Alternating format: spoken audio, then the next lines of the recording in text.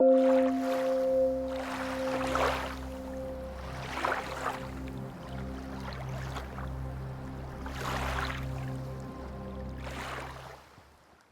mentioned that I've spent a lot of time through South Asia.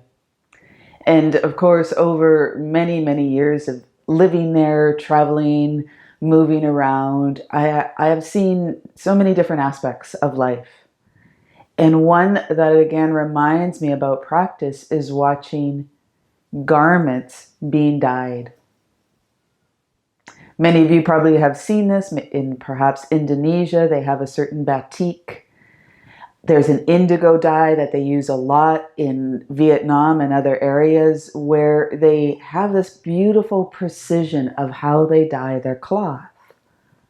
Again, I just mentioned 2 countries. There's many, many countries that, of course, are dyeing clothes.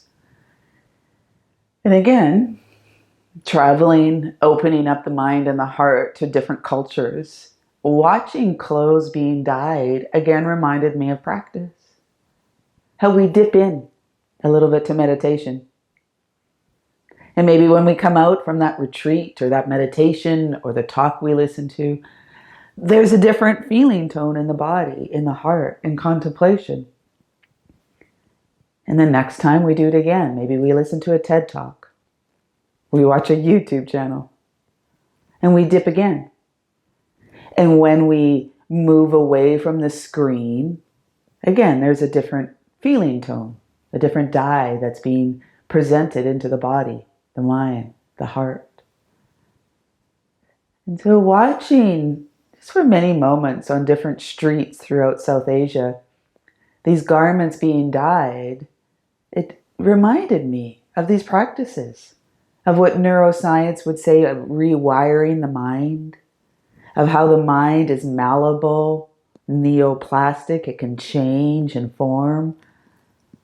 So we can re-look, reframe our histories, our legacies, our habits, our biases. It's as though we dye them.